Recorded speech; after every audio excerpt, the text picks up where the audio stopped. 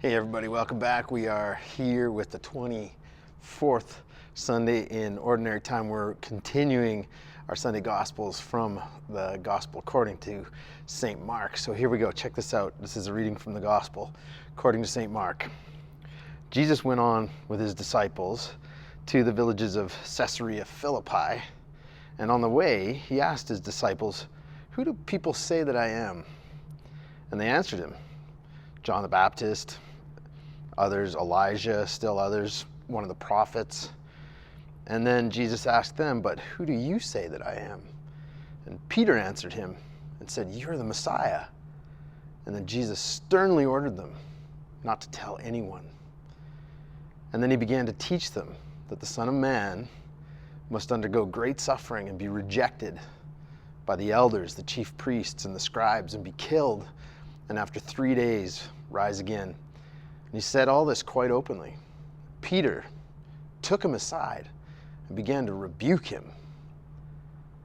But turning and looking at his disciples, Jesus rebuked Peter and said, "Get behind me, Satan, for you are setting your mind not on divine things, but on human things." And he called the crowd with his disciples and he said to them, "If anyone wants to become my follower, let them deny themselves and take up their cross and follow me. For those who want to save their life will lose it, and those who want to lose their life for my sake and for the sake of the gospel will keep it." The gospel of the Lord. Praise to you, Lord Jesus Christ. This is a confusing one. It's a confusing one because here we got Jesus doing the same thing as he did last week. He's like, "Don't tell anybody."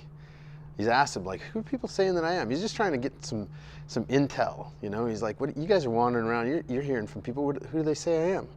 And so they tell him, "Well, there's kind of speculation, you know. A few different people, maybe this, maybe that." And then Jesus asks Peter, and Peter nails it. He says, "You're the Messiah." But then Jesus goes on to tell Peter what that means, because Peter and many others were hoping that Jesus was there to overthrow their oppressors, the Roman government. Many of the people were hoping that Jesus was the king that had been prophesied that was going to save them from their captors, right? And Jesus just like, I got my own purposes for being here.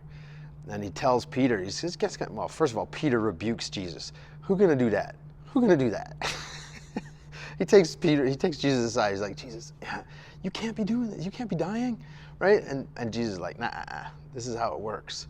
Anyone who wants to save their life is going to lose it. But if you want to give up your life and follow me, then you're going to keep your life." Okay? Jesus defines the terms. What got him all up in arms at Peter? Why did he say, "Get behind me, Satan"? That seems a little harsh, because so many times, you and me included, and Peter did it here, we want Jesus to be who we want him to be.